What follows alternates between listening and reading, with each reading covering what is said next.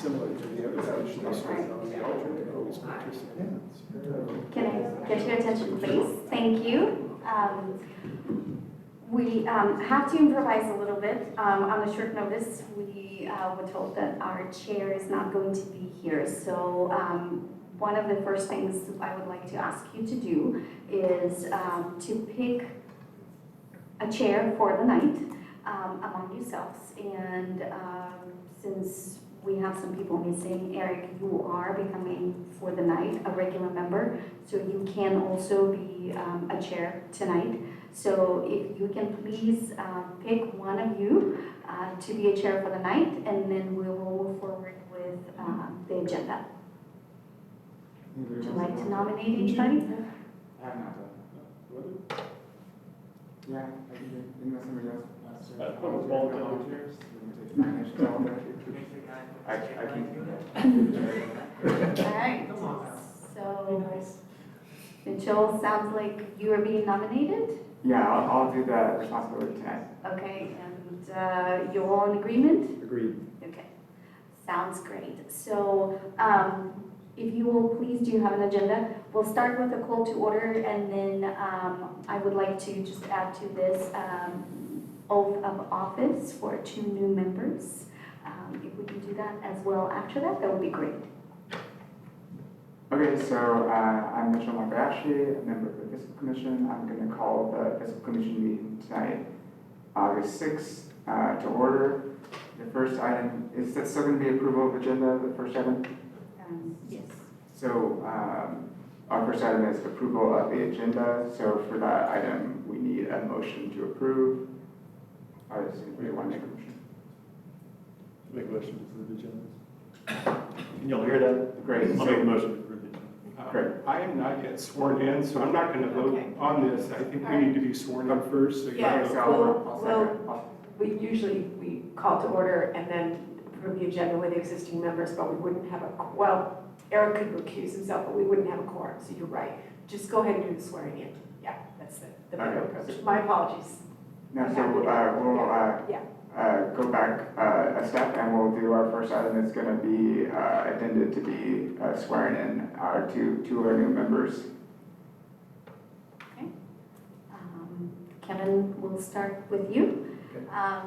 So I have in front of you, you should be able to see it. If you don't, I will review. Okay, so I'm going to say the words, and if you would please repeat after me, that would be great. Ready?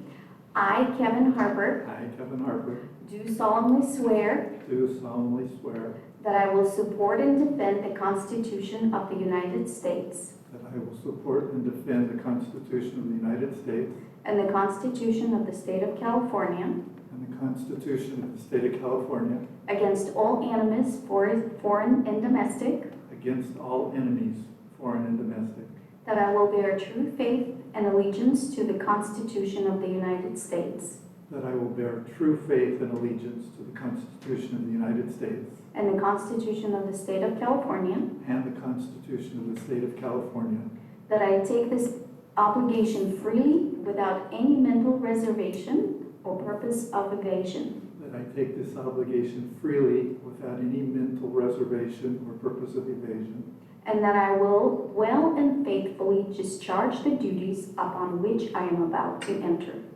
and that I will well and faithfully discharge the duties upon which I am about to enter. Thank you. Eric? I can read it. Okay. I, Eric Vink, do solemnly affirm that I will support and defend the Constitution of the United States and the Constitution of the State of California against all enemies, foreign and domestic, that I will bear true faith and allegiance to the Constitution of the United States and the Constitution of the State of California, that I take this obligation freely without any mental reservation or purpose of evasion, and that I will well and faithfully discharge the duties upon which I am about to enter. Thank you very much. All right, Joe, back to you for the approval of agenda. Great. Okay, so now we move on to the approval of the agenda. So we need a motion and then a second. Sure, I'll make a motion to approve the agenda. Okay, great. Is there anybody wants a second? I'll second the motion. Okay, so we have a motion and a second. So all in favor say aye. Aye. Aye. Yes. All opposed? All abstain? Okay, so we have approved the agenda. So next item is brief announcements from staff, commissioners, and city council liaisons. So a couple of things that I was hoping to do. We do have 2 new members. I was hoping that we can do a little bit of introductions and so that you guys know each other a little bit. I will probably, since we won't have everybody here tonight, one of the things I will probably ask you to do is to repeat that perhaps at the next meeting so the rest of the members know some of your background and who you are. So if you don't mind, we can start with that. I can go first. My name is Mishmar Bayashi. This is my second term on the Fiscal Commission. I grew up in Winters. I moved back to Davis after I finished college and med school and my medical residency in Stockton. And I then worked upstate for a little while in Northern California. And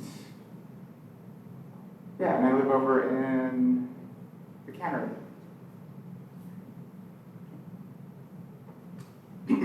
Great. I'm Eric Vink. Glad to be joining this group. I've been a resident of Davis for 33 years. In this incarnation, was a UC Davis graduate several years prior to that. I've mostly been involved at the county level with water issues and serving as a board member of our county's water conservation and flood control district. And most recently, I have been a member for, I think, about 7 years on the city's Recreation and Parks Commission. And I just ended my service there, and I'm really glad to be joining this group.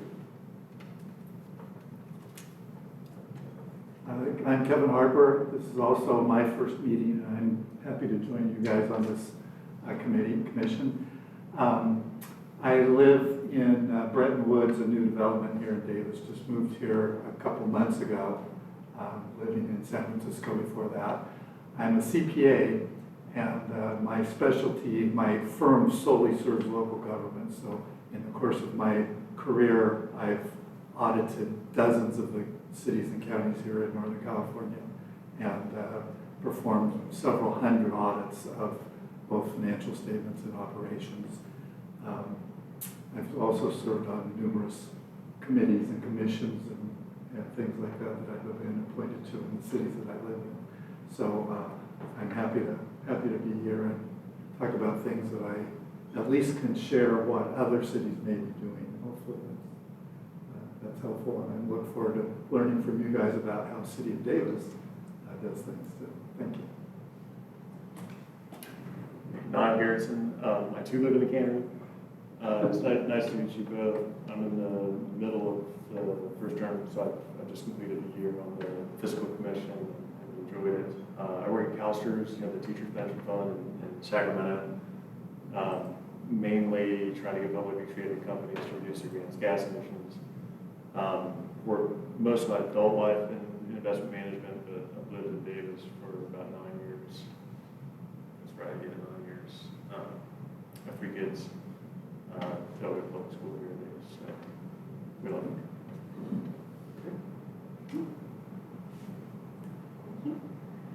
Yes. Yeah, so I just want to welcome the new commissioners. I had the privilege of serving on the council subcommittee and was able to interview you along with Councilmember Partida. We're really excited about having both of you and welcome you to the commission. Councilmember Diaz couldn't be here this evening, so she sends her regrets. Welcome. I don't really have any other announcements at this point. Okay, so then if there's no other items for that, then we'll move on to public comment. So at this time, any member of the public may address the commission on matters which are not listed on the agenda. Speakers are limited to no more than 3 minutes. Speakers will be asked to state their name for the record.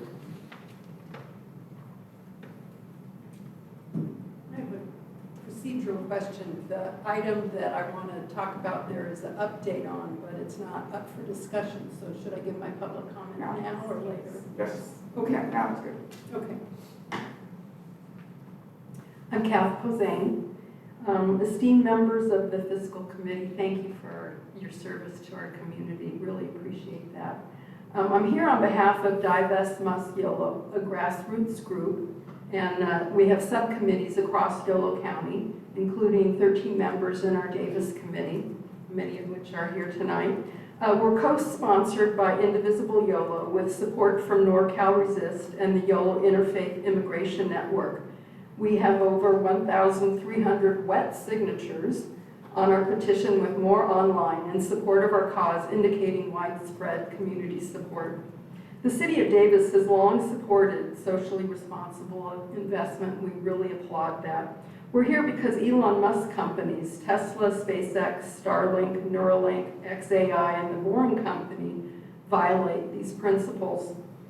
These businesses have repeatedly broken labor laws, workplace safety regulations, environmental regulations, and public trust with regulatory noncompliance. While Musk himself uses his platforms and wealth to spread disinformation and attack democratic institutions. Despite these concerns, local governments continue to support Musk through purchases, contracts, and incentives. Yolo County and Davis taxpayers in particular do not want to fund these companies that undermine public services, labor rights, and our constitutional values. We call on the city to refuse future contracts with Musk-controlled companies, review and exit any existing agreements, cease official use of Musk's X platform and AI services, urge CalPERS to divest from Tesla stock, and that's a big one because as an employer, the city is in a real unique position, and they have about $2 billion in Tesla stock in CalPERS. Conduct through thorough due diligence before allowing expansion of any Musk-affiliated operations locally. This is especially urgent as you update the City of Davis investment policy. We urge you to avoid direct investments in Musk-led firms, report annually on socially responsible investment performance, and realign public funds with our community's values.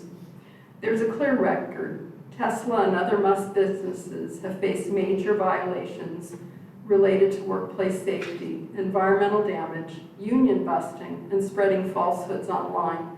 Musk's influence in politics, particularly through Doge under the Trump administration, raises serious ethical concerns. His partnership with firms like Palantir have resulted in massive data consolidation and troubling surveillance programs targeting vulnerable populations. We believe that public money should support companies that operate with transparency, accountability, and respect for workers and the environment, not billionaires with authoritarian leanings and aspirations. Other governments and institutions from Sweden to Charlotte, North Carolina have already begun cutting ties with Musk enterprises. At the national level, Musk's political contributions and business dependencies make it clear he will continue to exert influence over American politics. As recently as June 27th, Elon Musk donated $10 million to the main Republican super PACs for the House and the Senate, making him their largest individual donor for the first half of 2025, and also gave $5 million to Trump's MAGA Incorporated.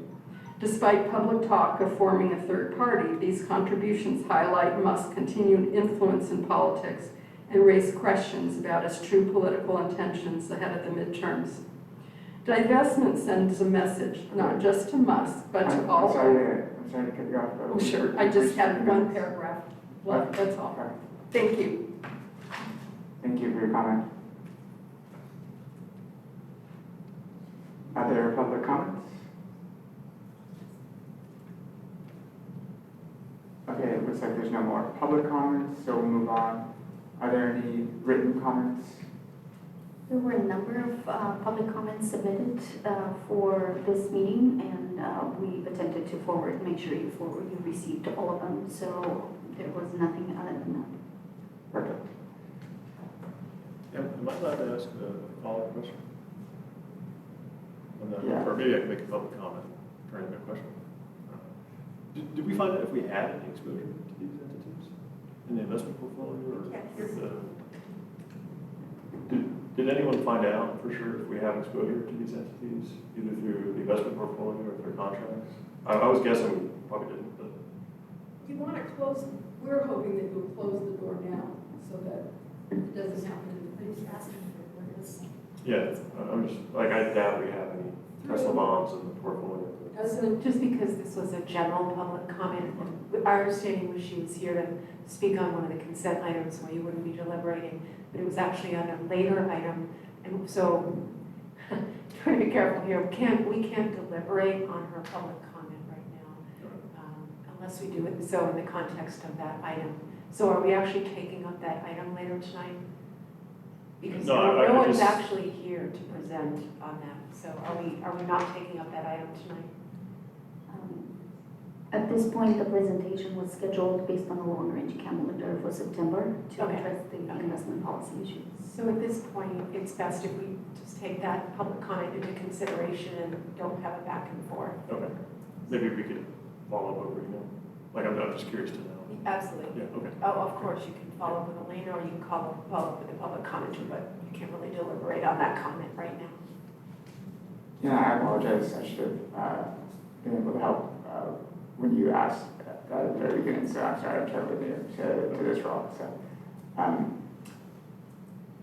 So then our next item is consent items. So all matters listed under the consent calendar are considered routine and non-controversial, require no discussion, and are expected to have unanimous support. The consent calendar will be enacted by one motion.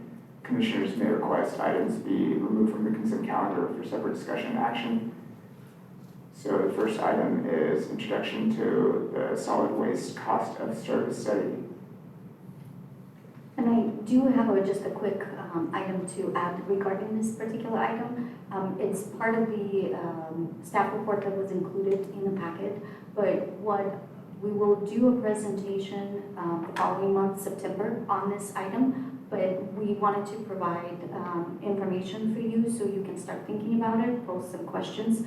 If you would please provide the questions to us so we can address them before the next meeting or for the next meeting, that would be great. So if you can just email myself or Louis on those, that would be great.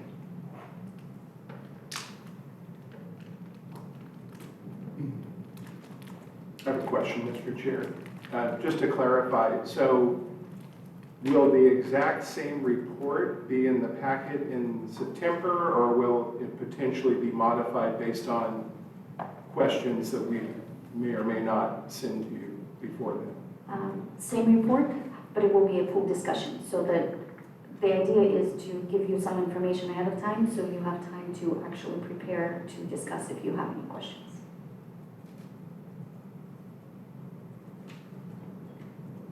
Before we vote on the consent calendar, since Eric and I weren't here for the prior meeting, then I'm going to abstain on the voting of the minutes. So shall I ask for that to be pulled off for a separate vote, or how do you prefer to handle that? Yeah, we can do separate. So the first item, the introduction of the solid waste cost of service study. Do we have a motion to approve? Move to approve. Great. Second?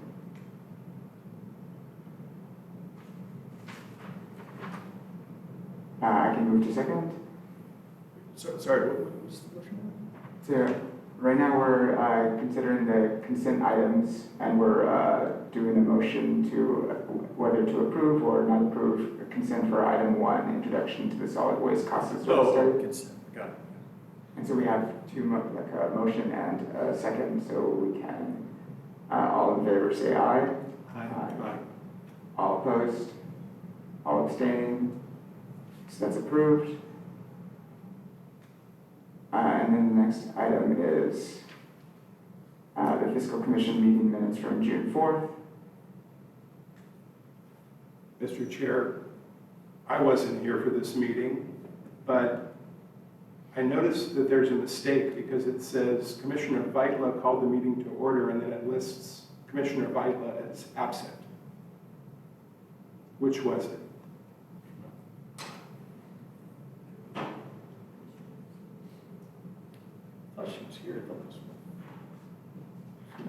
sure she was here, but we can check, and since we may, if Eric, you not going to vote, we won't have the 3 I'll people. vote on this. I'm just asking for clarification on something that makes no sense. Was she here or not here? From what I recall, I believe she was, but we can confirm that and bring it back at the next meeting.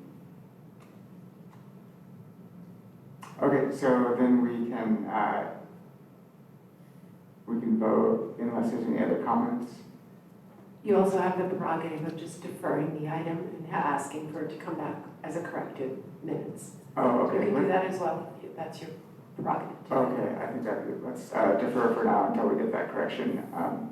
So we have finished the consent items.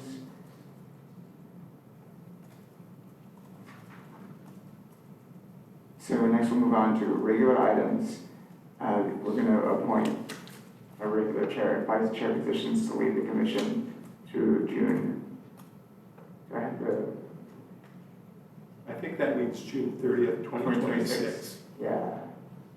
So Typos everywhere. for this particular item, because we don't have enough people here or to present, my goal is, and unfortunately, we're going to find out about it after the agenda was already published. My suggestion would be to defer or continue this item at the next meeting so that we have more people present. Now, one of the things I do want to say, I believe, Kevin, you mentioned you may not be able to be here for next meeting. If you do have, if you would like to be a chair or vice chair, and if you want to put your name out, please let us know maybe today, so everyone hears that. And then even though you may not be here next meeting, the commission can vote for you if they so desire. Okay, so we can table or continue that item for the next meeting. And next item is the down payment assistance loan program update. Do we have anybody discussing that? I was going to, just briefly, Great, we'll go ahead and do that right now. the floor is yours. Okay. Maybe I'll speak more to you two since you weren't here for this, just to bring it up to speed. And then, I think everybody else here kind of has the gist of it. But we were asked, the Fiscal Commission was asked to form a subcommittee to evaluate the startup of a down payment assistance program here within the city of Davis. I apologize for interrupting, but if you could turn and speak into the mic, Oh, sure. I will pick you up. Yeah. Otherwise, we will have no recording of anything you're Oh, saying. okay. Thank you. How's this? Can Much you better. hear me well enough? Okay, Yeah. sorry about that. So the city's fiscal commission back early in the spring was asked to form a subcommittee to evaluate a down payment assistance program and come up with some recommendations for how the city might consider going about it. So that was me, Darian, who's no longer on the commission, and then Leslie, who couldn't be here tonight. And the very short answer is that we recommended that if they are going to move forward with the down payment assistance program, that they seek to achieve some additionality to the community and to the city with that by, I don't know how to say this delicately, but like making it so that it can add to the ability of people who do work here but can't necessarily afford to live here right now. Folks who work in the public sector, try to funnel some of them in. Because there are a number of situations like that. I can certainly attest to it. In the school district in particular, there's certainly a lot of teachers who, are contributing a lot to the community, but they're not living here. In lieu of that, we thought there would be maybe some better options to pursue. For example, having a program to help first-time home buyers, buy down the rate, for example. But it is ultimately challenging, though, to find, this is what we found, ultimately challenging to create additionality through down payment assistance program. Because, with interest rates where they are, down payment is not the only obstacle to homeownership affordability for first-time home buyers. There's also the monthly payment. And in fact, even if people can make, say a 20% down payment, with rates where they are and the spectrum of home prices in Davis, you need to make more than the median household income in Davis to even just afford that. So it's kind of a multifaceted problem. Maybe just a couple other comments. I don't know how long you want me to go on with this, but there's a lot of research behind it that the three of us divided up. Maybe I could speak best to some of the work that I did. One of the things we were asked to pursue or prioritize, I guess you could say, was achieving additional class diversity through the program, but we did find it challenging to see how a down payment assistance program could support additional class diversity here, and maybe just throw out some stats that we were wrestling with. Davis, in terms of economic diversity, actually looks pretty good relative to the state of California as a whole. Even though we might sometimes think of it as somewhat fancier in some ways. I don't know if that's the right word, but yeah, again, our median household income is about at parity with the state. Where we do have standout versus the state is really less on the economic front and more on like the education front. We do have a much higher level of a percentage of college graduates who are here. People have at least a minimum bachelor's degree. Our home values are obviously higher, and therefore our home ownership rate is lower. But other than that, diversity is not necessarily lacking, on a number of fronts. So that's really it. I'm sort of skipping across some issues here that are, can run pretty deep, but that was really the gist of it. Was we felt that if the city is going to pursue this, that they, try to prioritize in some fashion, folks who are working here. And we did, just to be clear, lay out a number of parameters we thought the city council should follow in terms of like who qualifies, what are the sort of qualifying metrics or boundaries, and then how it's administered from there. Maybe just a couple other things to call out, and then I don't know if we wanted to discuss it at that point. But a number that's been kind of like bandied about by a number of folks has been funding this program with about $1 million. And by our sizing the situation, that could probably help about 50 families per year and $20,000 of assistance per year, which does correspond to about kind of a 3% down payment on kind of a $600,000 house. But there's some challenges with that. Even getting it up to like a number of 50, which admittedly is not tremendous versus having 11,000 owned homes in the city. One of which is it would have that $1 million being invested, even if we could do 50 households per year, it'd have to be recurring to really add, because that money would be tied up in the home plausibly for the duration of the homeownership period. Ultimately that capital would get recycled back into the program as people sell and they move on, at some point in their lives. But until then, however long that is, 5, 10, 15 years, it is tied up in the home, as it should be.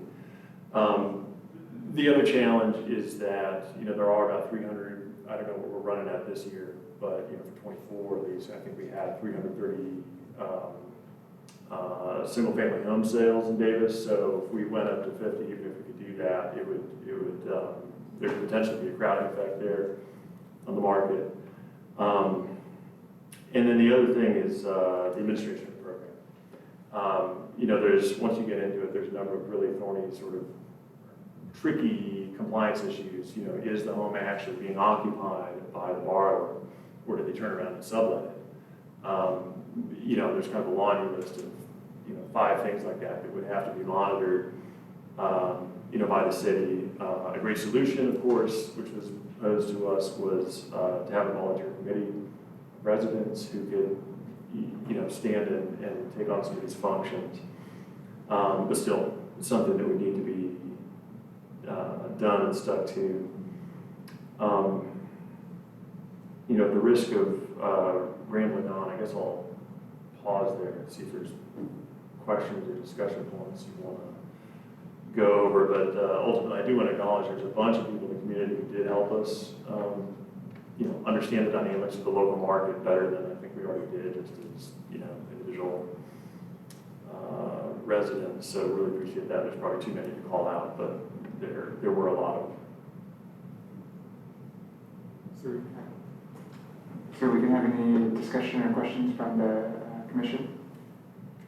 So just a clarification, this is on the agenda as a subcommittee report. Are we taking action? Is it, or has action already been taken, or what's the purpose of the agenda? It's just to air it and to make it public. And then I think ultimately what we do, correct me if I'm wrong, is now what we do is we refer the recommendation over to city council. Is that sound right? That's correct. So there's no expectation, at least for me, that you would take action on this tonight, in part because the other co-author of the report isn't even here to have a discussion with you. I just want to say, and I want to answer your question, I was so impressed with the work that you did and the thoughtfulness that you all put into it and the research you did, how balanced it was, well written. So I really was very, very appreciative of it. And really, I think, especially since it's your first meeting, you're sort of just hearing about it. So council asked this commission to form a subcommittee to help us fill in the details of a program. And so once you get to a point where you feel confident that you want to make some recommendations to council, then you would formally, act on it and send it up to council. Just my sense, given that this is the first hearing of this, your first meeting, you don't even have the other co-author of the report here, this may be more of a learning session and you may want to take it up again. So that's just my thought. You may feel otherwise and decide you're ready to move it forward tonight. So I do have a couple of questions. So what is the council's objective on this? Is it related to public servants being able to live in the city that they're serving, or is it something more than that? I mean, our understanding was that it was about enhancing class diversity within Davis. In the context of a situation where, how you define that? Yeah, please. I don't know. Class I mean, diversity. Does there's a number of class mean ethnic? Does it mean economic class. economic? Yes, that was my understanding. Economic diversity, meaning we have, what you said we're right in the middle, so I don't understand what we're trying to diversify. The top end or the bottom, if we're in the middle. I think the intent, and if I'm misstating anything, just jump in. I think the intent was to recognize that for first-time home buyers, this is a really expensive market. And there's a number of folks, I think, and I know some of them, we probably all know some of them, who want to buy here, have the intent to buy here, but just can't. I think historically, going back a handful of years, the gating item was lack of ability to make sufficient down payment.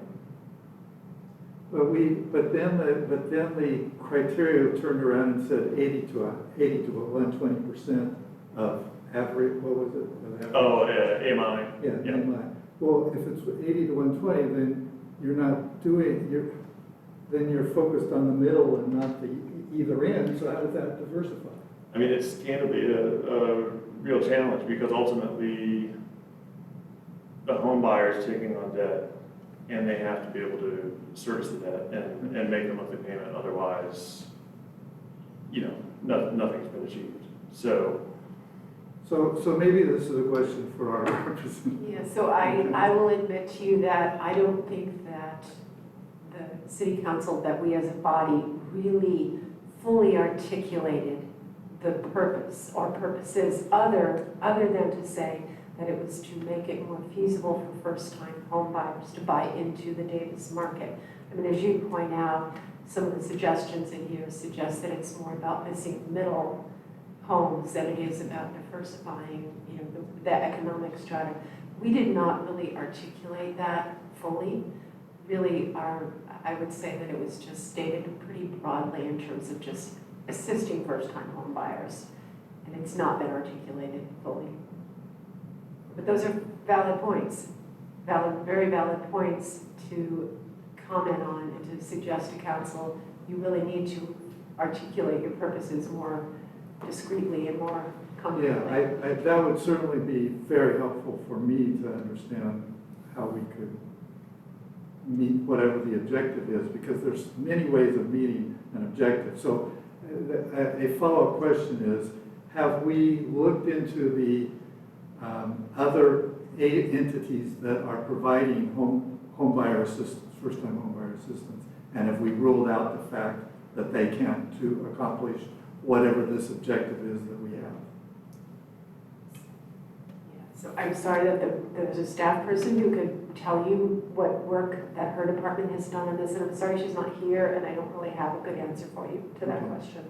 I know she's very familiar with the programs, but I don't know what she sees as the potential. So I made a list of the agencies that just quickly came up as providing first-time home buyers assistance, besides the one that was listed in the report, the California Housing Finance Agency, the Department of Housing and Community Development of the state, the Federal Housing Administration, Fannie Mae, Freddie Mac, U.S. Department of Housing and Urban Development, Department of Veterans Affairs, Department of Agriculture, all have something for first-time home buyers. I don't know if they meet our needs at all, but it's certainly, if we haven't fully looked into those, I would suggest that we find out how much of our problem can be met with existing programs before we design our own, which is, you pointed out. And I do want to compliment, I think that was an excellent report as well. I think it was very thorough. And so, despite the fact I have questions, I thought it was really well done. I didn't answer the other part of your question, which is whether a purpose of the program was to make it more feasible for public employees to be able to buy homes in Davis. That is not a purpose of the program per se, because there are actually really significant legal issues with, particularly with the city doing that. School districts have a special authority that allows them to build workforce housing and to make it, you know, housing in their communities more affordable for teachers. Cities don't have that same ability, and it raises significant legal issues if they try to structure a program that way. Yes, I should be clear, that was an idea that we came up with on our own in an effort to find some way to achieve additionality. Sorry, I'm not speaking to Mike. Because, you know, at a basic level, it's like, okay, well, how can we make this program be productive for the community? I mean, the obvious thing would be if there's a bunch of houses sitting around that are not being bought, you know, there's supply that doesn't have a buyer, and then there's buyers who can't meet that supply to bridge the gap, but obviously that doesn't exist. I mean, the housing, right? So then what can, if they're going to go ahead and do a program, what can it hope to achieve to, you know, ostensibly make the community better and go beyond just, you know, displacing one buyer with another, effectively.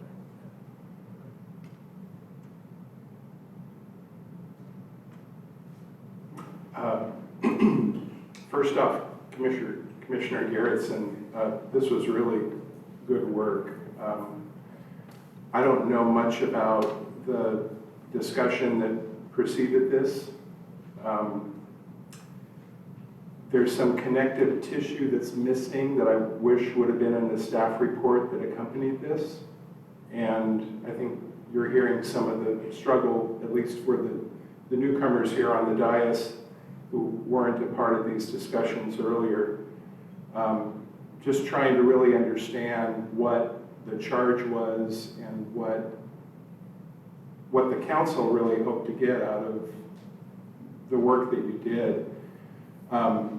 If this is a subcommittee report being forwarded to the council, that's fine. If it's something that the full commission's being asked to weigh in on, I certainly have a lot more questions that I think better background and better connective tissue from where this started and where we've ended up today would be very helpful. So it doesn't sound like we're going anywhere with this tonight, which seems appropriate, but I appreciate the introduction, and I really appreciate the work that the subcommittee did, because it was a lot of heavy lifting, and it got me most of the way there to understanding the full context of this. But I still have some questions about how we got from the initial council action to what's included in your report. Yeah, I think, yeah, admittedly, that would be difficult to get from the report. We intentionally didn't, I mean, normally if I was writing a research report just for practice, you would sort of start at ground zero and go through the history of how did we get here and then where are we going. But just in the interest of brevity with the report, we I sort of completely understand that. And I didn't expect you to do it. I just think it needed to be done to bring those of us who haven't, I don't know, maybe other people who have been through this for months have the same questions that Commissioner Harper and I Yeah, have. yeah. No, that's totally understandable. So we did go back and get that context. We just didn't lay it out. But maybe to answer one of your other questions, just to be clear, the issue we tried to address was not whether there should be a program, yes or no. It was more, if they're going to do it, how would we recommend it look like at a sort of first principles level, if that makes sense. You know, obviously we couldn't completely design a program just amongst the three of us, but just sort of structurally, what would it look like? So one of the obvious questions is, where does the money come from? Did you address where we're gonna come up with that? No, that was not. My understanding is we were not tasked with finding the $1 million per se. That's usually why they send it to the Fiscal Commission. In fact, this task was kind of bifurcated just to make it even more complicated, and your discussion here is very helpful. When council gave direction, they basically asked that this commission take a look at the fiscal aspects of such a program, and that the Social Services Commission work out some of the parameters of what the program itself should look like. So you're making me realize that you're in an unenviable situation here, because you're trying to consider fiscal aspects of a program when you don't actually know exactly what the program looks like. But this is still a really helpful conversation. So one of the things that I would suggest, if the commissioners have feedback in terms of what some of the other aspects to be able to put into the memo that the subcommittee wrote, or some questions that are popping up, I think it would be good to bring up right now so that they can regroup and figure out what else needs to be added to the memo. Eventually, the memo will go to the council subcommittee that tasked Fiscal Commission to prepare an analysis. And I think it would be good if there are additional items to look into. Like Kevin, you mentioned other organizations perhaps. If you have a list, it would be great to maybe summarize it and we can provide it and we can look into it further. If there are any additional questions, such as you were talking about, what is the, what is the purpose, what does council wants to do with that specifically, what are they trying to achieve, maybe included that, and maybe the subcommittee from Fiscal Commission can have further discussion with the council subcommittee, if there's any more directions that would be provided. I think that would be helpful to amend it, and then once the report is revised, or more information is added to it, it could be brought back to the commission so that you all can agree that this is a report you would like to send to the council. Are you suggesting that we email those comments to you or discuss them? Would be good if you have the opportunity to discuss it and Niall can take notes, or ours, we can assist with that as well.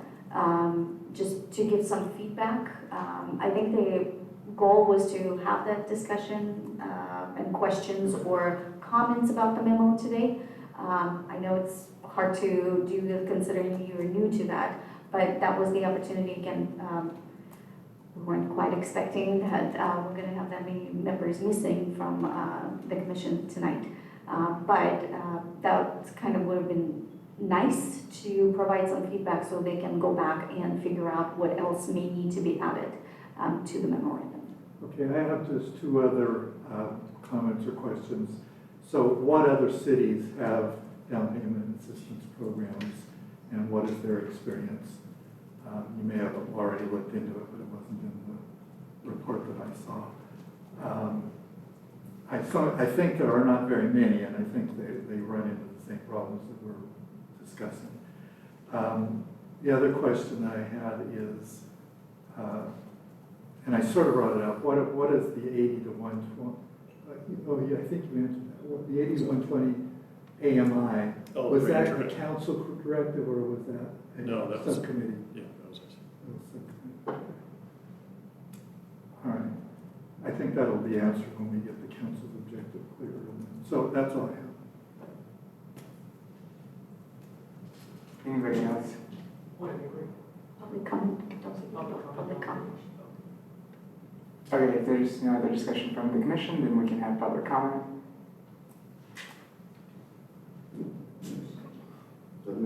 After you. As some of you know, someone I've served with the commission many years. My name is Dan Carson. I'm a former city council member, former chair of your predecessor finance commission. And Elaine Roberts-Musser, who is a former utility commissioner, and I have sent you our comments. I hope you all received them. And we do have a recommendation we hope you will consider. And it gets down to, we think it's a bad idea for the city under these current circumstances to try to create a city-funded program. We face very serious fiscal problems. We've got a fiscal forecast, you'll probably learn more about it, that's been done recently that shows in a matter of a couple of years, the city will have zero general fund reserve and more expenditures than it has revenues. This isn't the time to create new programs. But it's a perfect time to come forward to the council with language that I provided all of you to recommend that the council endorse. It's considered, it's looked kindly on, but to my understanding has not formally endorsed pending legislation before the California legislature. Provides a $10 billion bond issue for various housing purposes, including $1 billion for 2 state programs, long-standing state programs, that would provide just this kind of assistance. We think the council should weigh in. I've talked to the author's office. They're not aware of any position from the city of Davis. We think the council should weigh in. This bill has been moving along well, strong bipartisan support in the Assembly. It goes to the Senate when the Senate comes back into order August 18th for a couple of weeks. The governor is apparently predisposed towards supporting this measure. We think there's a window here for the council to weigh in. We also think, though, you should make the call. You've got a great report, you've done good work, and some of the most important points you made is that maybe we should be looking to better market these existing programs to our residents, and so that they more fully take advantage of them. Not just actually this one, but others. I pushed for that on council. It's a great approach that you have proposed, and I'm proposing that you take it further and go after those state resources. The Senate author of the 2 bills is Chris Cabalden, our state senator. That's my recommendation. Thank you. Hi, I'm Zachariah Kenda, I'm a new resident. I guess I'm on the same wavelength as this guy. Thinking, to be honest, I'm a new resident here, but not in my official capacity, I'm here as a resident, but in my work capacity, I do a lot of advocacy on behalf of a children's rights organization in the state.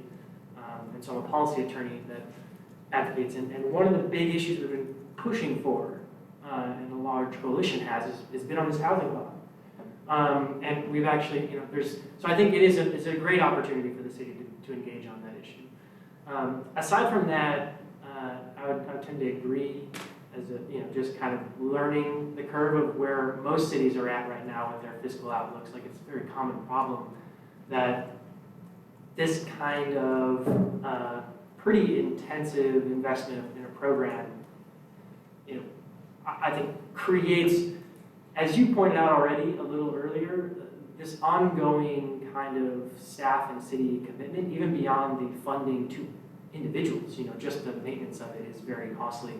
And so sort of a flip side of that is looking at additional kinds of measures, if that money is at all available at any point, looking towards navigation center, additional navigation center types of investments, things like that. I mean, just from a selfish perspective, I'm, like in the 80 to 120 range, and I can't afford to buy here, but that doesn't mean, I think there are other more bang for your buck investment opportunities you make for class diversification and support of people in the city.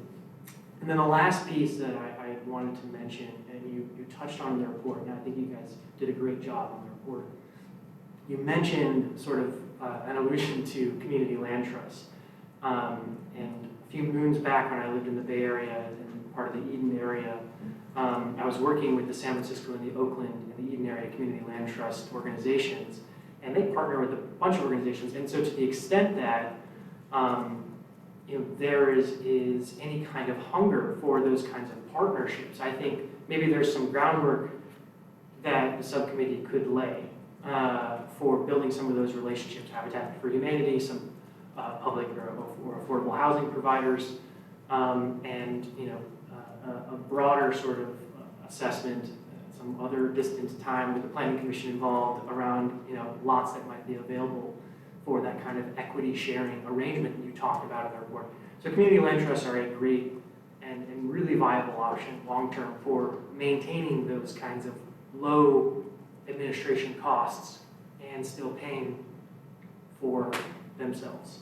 So thank you for your time, and I appreciate that. Thank you. Good evening, Commissioners. My name is Georgina Valencia. I'm a resident here in Davis and have been doing a lot of advocacy work for the down payment assistance program, and actually to get our housing trust fund funded as well. Been doing this for about 8 years. I served on social services in the Planning Commission, Housing Element Committee, and also a professional in the industry. I'm a real estate broker and have worked with a number of builders and agencies on affordable housing. So I'm going to address myself to a couple of things that I heard. I think one, the report there was a lot of effort, and it was a very well-written report, so I'm appreciative of that. I think part of the challenge is if you're not in the industry, it's hard to really understand what some of the problems are. So diversity of economy or economics. I mean, this young man that just spoke, he can't afford to live here. That's the whole point. 80 to 120% is area median income. It's given to us by HUD, who does the analysis of incomes for various counties. 80 to 120%, we could use 60 to 140, but it is a range of income that has been evaluated as not having the resources, if you will, to buy in various communities in the county. Okay, so Davis happens to be a very, I'll say, older age median, and the reason for that is because those folks can afford to live here. Not to put anybody on the spot here, but coming from San Francisco, what you earn to have equity in the way of equity in your home gives you the ability to come here and live in Davis. Davis is the most expensive community in the region, okay? And so it's folks like you, myself, others here in the audience that can afford to live here, but young couples, young singles, workforce, teachers, they can't afford to live here. They can barely afford to rent here. Therein lies part of the problem. Okay, cities don't have down payment assistance. That is not a fact. I would say to you, and I haven't done the statistics on it, but I've dealt with a lot of cities on this program. We are one of the few cities in the state that does not have a down payment assistance program. I find that ironic. We are a very liberal community. We seem to want to have and attract young people, teachers, staff that, we want to have work here in our city, but we don't have any mechanisms to help them live here. And one of those mechanisms is down payment assistance. And where does the money come from? I think there's a number of sources. Measure Q money, that could be a source. General fund, that could be a source. A letter I sent earlier this evening, I shared with you that the developer for Palomino realized that his, quote, affordably priced homes in the cottages will not really support first-time home buyers. They can't afford to buy that home. So what he did is he said, I'll put in some money for down payment assistance for those houses in that project. I think that's testimony to the fact that down payment assistance is needed. Sorry, Kevin, we're going to Thank have you. to reach agreements. Thank you for your comment. Hi there, my name is Ben Bucher. I'm a student who's renting in North Davis. I'm in favor of programs like this. Davis just, it's pretty unaffordable. There's also a lot of missing middle. We basically have no duplexes, quadplexes. We need a lot more diversity in housing. I think that stuff like this is a good start, but I hope that everyone in local government works to make Davis a more financially diverse community and also more attractive to folks who are wanting to, say, teach at schools, teach at the university.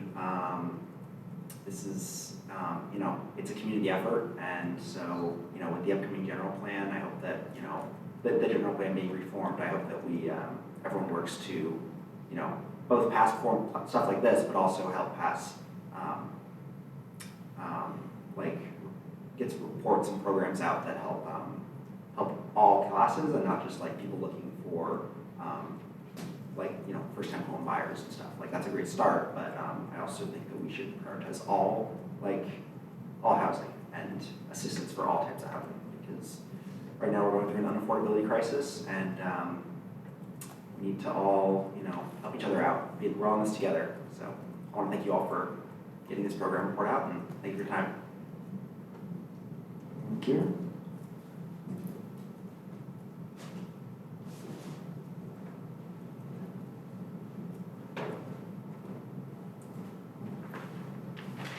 Good evening. My name is David Sandino, and I just want to congratulate you for a superior report as a tour de force, and I think it adds a lot to the housing conversation that's going on to the city. Just have a few comments. I support the previous speaker, Georgina Valencia, and her points about the importance of this program for first-time home buyers. That's the issue. We got folks that would like to buy a house in Davis and they can't make the down payment, and this housing assistance program is a tool. I want to address a couple other comments that I see in the report. You've got a great model that the city should be aware of in Napa. They have an assistance program. We're parallel cities. We've got a lot of the same issues we can build by looking at what they're doing there. So I urge you to emphasize that. I heard some comments about costs and administration.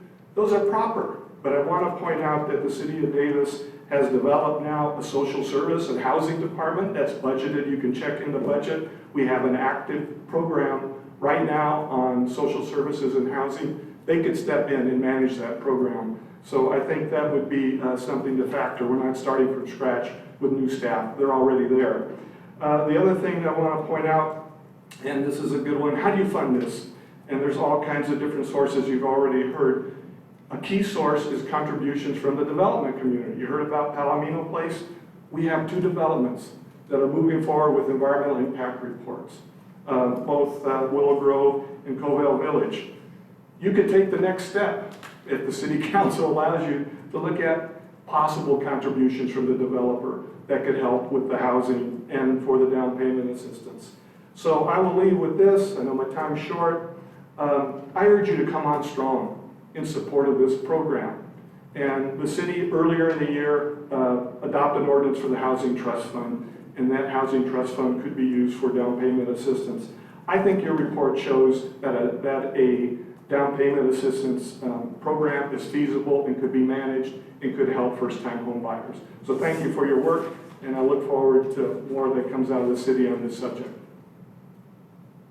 Thank you.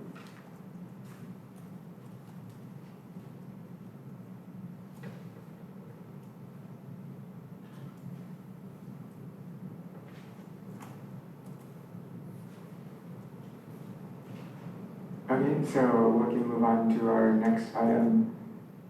Just a quick question, does the commission have, commissioners have any more discussion items on this before we move on, just to confirm, or any more information? Or now, do you guys need more feedback?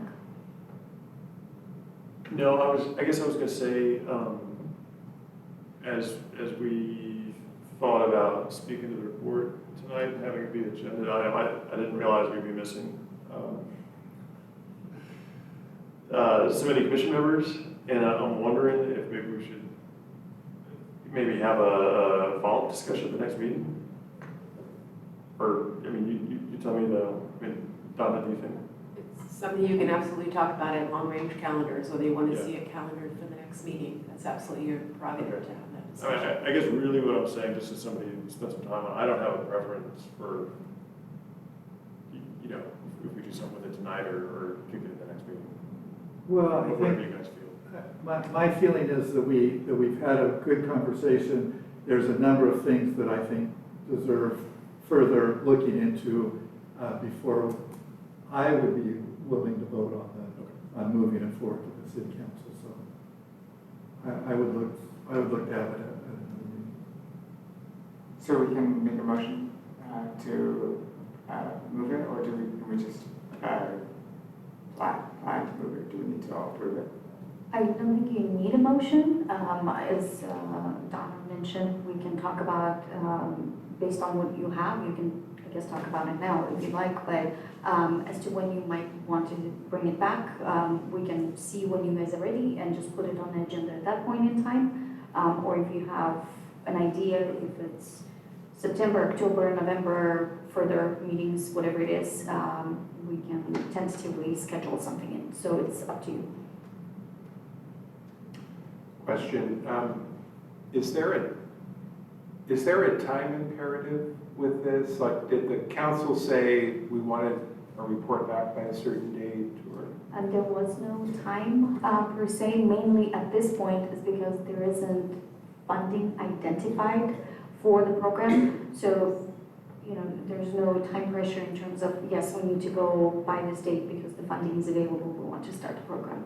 So there hasn't been. Yeah. I mean, my sense is that, again, Commissioner Garrettson, this was really good work.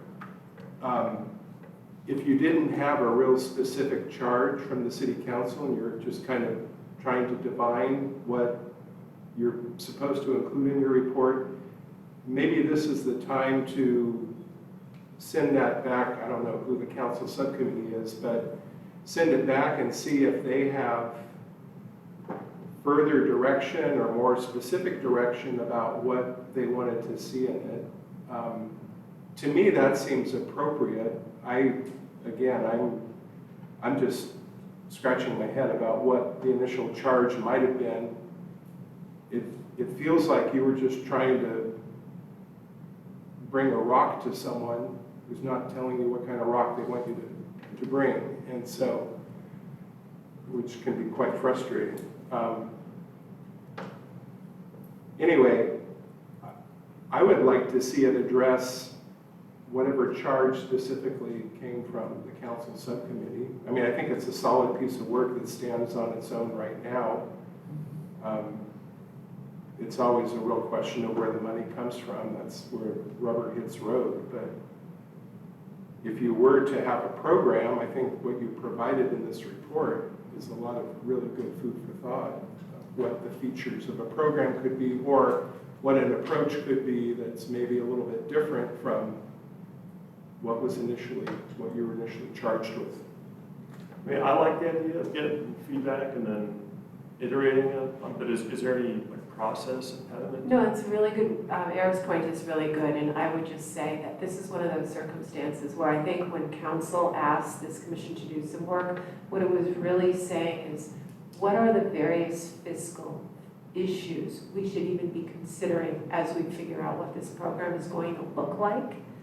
And so we weren't asking you to develop the program or define everything, and your report has done a really good job of identifying the kinds of issues the policymaker should consider when coming up with this program. So really, it's very much your call. And I think that really you were asked in some ways just to come up with a list of almost like questions. What are the questions we should have in mind, council should have in mind as it develops this program? What are things we need to consider? And you have done that. You have. Whether you want to refine that is your call. I mean, I don't, yeah, I mean, Darian is no longer on the commission, so, but Leslie is, and somebody could replace Darian. Like, personally, I don't mind, like, adding another, you know, I don't mind doing more work on it, is what I'm saying. Very much your But like, call. whatever would be helpful to our colleagues here and also the city council, I'm up for it. It sounds like with the discussion that we've had, there's some points that we'd like to have further discussion on, and I think the item we're considering now is whether we want to make a plan at this time about when that discussion will be, or whether we'd like to have that be determined after this meeting at some point between the members of the down payment system loan program group and the staff. If you don't have some specific time, you were thinking like September, October, November at this time, then we could just say we can determine that at a later date when we're going to agendize that, if that sounds good to you. Why don't we do that at the next meeting, the September meeting? Is that, Would that be okay? I think it's fine. We have a couple of items that will be presented at the September meeting, so depending on, you know, how the discussion will go, and the question is, if it's enough time potentially for you to either have a conversation and address some of the questions that came out. If not, you know, want to make sure we're considering your time as well.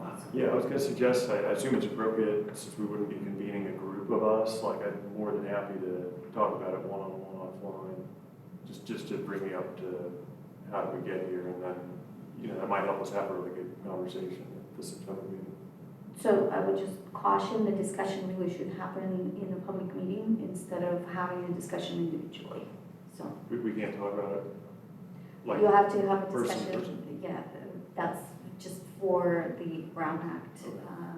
purposes. Even though we wouldn't be like, I mean, we wouldn't all be going to get coffee together, it'd just be like. So, but the point would be, if you have a conversation with one, you know what they're thinking, you have another conversation with another member, and so then you kind of have sort of an ability to figure They out. call it a serial meeting, But we not the kind you eat for breakfast. We can move to have the next discussion at September, or if, you know, if time doesn't allow, then the next meeting, October, whatever makes sense with the load that's already being considered on that agenda, to make sure it's not going to be a super meeting that goes on very late. And you don't have to make the determination now in case you want to, you know, meet with the subcommittee and, you know, provide them feedback as to what was said. If further, you know, information is needed, and depending on obviously time constraints for the subcommittee, if there's more time needed, we don't necessarily have to have it for September. But we're just trying to figure out in terms of planning when roughly you might want to bring it. If we don't know at this point yet, we will defer it till later date. Yeah, why don't we defer it? Okay. That's great. Yeah, okay. Perfect. Okay, so that will be the last item from the regular items, and we'll move on to subcommittee updates. The first subcommittee is the subcommittee on socially responsible investment policy, which is comprised of myself and Commissioner Beitla. For some background on this subcommittee, we were considering, the city council had asked us to look into socially responsible investment recommendations to our investment policy. So we had drafted a memo that we discussed at a previous meeting, and then like we had today on the down payment assistance program, we had discussion, we had things to follow up on, and we were planning to bring that up at the next meeting for discussion and representation of the memo. And then potentially, if it seems like we've exhausted the discussion at that time, we could consider to vote on that memo to, if we wanted to send it to City Council with our recommendations, we could do that. Any discussion or questions? Public comment? Okay, so then we can move on to the down payment assistance loan program, which we just had a long discussion on. If there's nothing further, then we can just move past that. Public discussion. So we'll move on to the long-range calendar. So for September, we're planning solid waste cost of service report discussion and investment policy, socially responsible investing revised memo review. In October, there's measure J, R, and D proposed amendments, tentative. And then in November, Willow Grove Shriners Development Project fiscal overview. And then to be determined strategies for revenue generation. If you don't mind, just wanted to mention a couple of things. So the two items, one for October, one for November, there's a request that came in, and it's a tentative at the moment, at least for the measure J, R, and D proposed amendments. I'm not sure what those are at the moment, but this would be a presentation from our Community Development Department. With the Willow Grove, there's a development, used to be called Shriners, development project. Just for those that have been here just a few meetings ago, we had a presentation by Village Farms.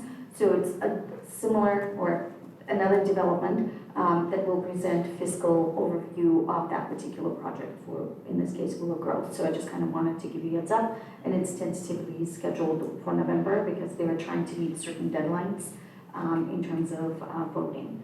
And then the last item at our June meeting, there was a request to have our Economic Development Director come back with some strategies for revenue generation. So based on the conversation of what was requested, she requested if there's a more specificity that could be provided, what exactly the commission is looking for, whether it's just general overview, whether it's specific to, I don't know, property taxes, sales taxes, what is City of Davis doing, things like that, to give her a little bit more direction as to what the commission is looking for in the presentation. If you don't mind sending some questions, and if you're okay with that, I can also provide you some feedback that she had. This is Ms. Yancey, our Economic Development Director, in terms of kind of to guide you what, or find out exactly what may be of interest to the commission specifically. Again, it's either, the way we've described it, what was asked, she said it would be an extremely broad topic, and so she wasn't sure, is the commission looking for more of a educational kind of information on it, broadly speaking, or if it was very specific to the City of Davis in particular, you know, taxes or fees or whatever it is, and not just general taxes, but property tax, with how the goal is to strategies to deal with property tax increases or sales tax. So she was looking for some additional information. Sorry, Elena, I had like this recall memory like halfway through when you were talking. I was like, oh, that's what. Sorry, so was she going to give a presentation to us just in an ordinary course? Or were you saying this was a follow-up because we're having this? This was a request and to come back from her to do a presentation, and she's trying It's to. like what I was asking about. Yes, Okay, and she was yeah. asking, well, what exactly the commission is looking for to determine like what she would need to present. So it was quite broad in terms of Gotcha. give us strategies, and so she was looking for a little more direction, a little more specificity. It sounds like that's my homework assignment to tell her like what I'm looking for. And we can assist in terms of like questions like, okay, is this what you're looking for? And if that's the case, yes, but yeah, just needed a little more direction.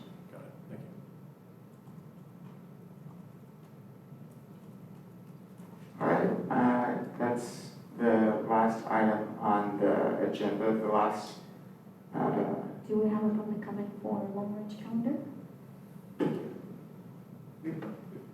Maybe I could just explain that briefly to bring Kevin and Eric. So we had a discussion in the spring about the budget for this, I guess, fiscal year we've just entered, right, 25, 26. And, things are tight, and, I was just sort of throwing some thoughts at the wall, what can we do to get our revenues up and our costs down, just like conceptually. I'm not driving in anything in particular. So, just because Davis is, we have a lot of, nice assets and attributes to the community, like highly educated, really intelligent people, desirable place, the magnitude of the university, and all the quality of life things that we enjoy. Just, the things we can do to drive our revenues. It was sort of an open-ended question, if that's a fair way to put it. So I think that this was the follow-up to that. So is it appropriate for us to have that conversation as opposed to email it, our questions? I think you have the opportunity, if you'd like, to submit like a further, like to further specify like Well, how you'd like to I direct your have some specific thoughts on what would be helpful for me. First of all, that the city finances, there are earmarked funds and unearmarked funds. And so it certainly would be helpful to start with an overview about what money is earmarked and not available for general use. And that is so much of it, and then beyond that, I think that if we're looking for recommendations to make to improve the financial condition of the city, that we're not looking for small amounts, we're looking for big amounts. And so after the overview, I think staff's recommendations on where are there opportunities to look that could lead to large amounts of revenue. So we don't want to look at everything, but there will be only a handful of places that are worthy. So fees, for example, may be a place. Cost allocation kinds of issues may be a place. Taxes may be a place, but it would have to be very specifically related to what improvement we're trying to make. General fund isn't going to be necessarily improved by taxes, etc. So anyway, those are the two things I would suggest that we ask them to focus on. So again, this is our chance to beam in with some, sort of like give her some direction about what we're looking for, and then she'll follow up with a discussion in front of the commission. That's the idea, yes. Okay. Yeah, so by all means, I feel like everybody should be in it. Yeah. Yes, this is for the whole commission. And if we don't have any other thoughts right now, we can just send those emails to the staff if we do. Yes. Is that envisioned for a particular date yet, or it's just out there? It's out there just because, like I said, it was a little bit too much of an ambiguity, and so we didn't know where to place it to make sure that it's well prepared to answer the questions that the commission might have. So it's kind of like guessing what exactly we wanted to hear. So. No, thank you for following up. Yes, yeah. So I'll email you some questions. I feel like everybody else should too. Yeah, we'll see what is the cross section, what people are interested in. Sorry. Thank you. Okay, I think we've moved on to the adjournment portion of the meeting. So do we have a motion to adjourn? One question before we adjourn is, as was noted earlier, I'm going to miss the next two meetings. Are there teleconference opportunities to participate in the meeting? Unfortunately, no. Not for the commission. We do have very limited city council participation doing virtually or remote, but none for the commission. All right, well, I apologize to my fellow Fiscal Commission members. And with that, I'm going to ask the question, Kevin, since you will not be here, and since one of the items will be choosing chair and vice chair as a regular member, you could be, chair or vice chair if you'd like to. Would you like to put your name forward? If so, please let us know. And even if you're not here, and if the commission decides to vote for you to be one of them, then. Well, thank you for asking. As a new member, I am not feeling necessarily the most qualified. However, if my fellow commissioners ask me, I would be happy to serve in either capacity. That sounds like an open invitation to me. You asked me to do stand. Volunteering is the term. I don't want to do it. I don't have an interest in doing it, so. Yeah, well, we have two other commission Yeah, members. I don't know what either of the others. Anyway, that's great to know, and this Yes. way you won't be surprised if something happens in practice. Thank you. All right, so is there a motion to adjourn? So moved. I'll second. In favor of adjourning? Aye. Aye. Aye. Opposed, abstained? The meeting is adjourned.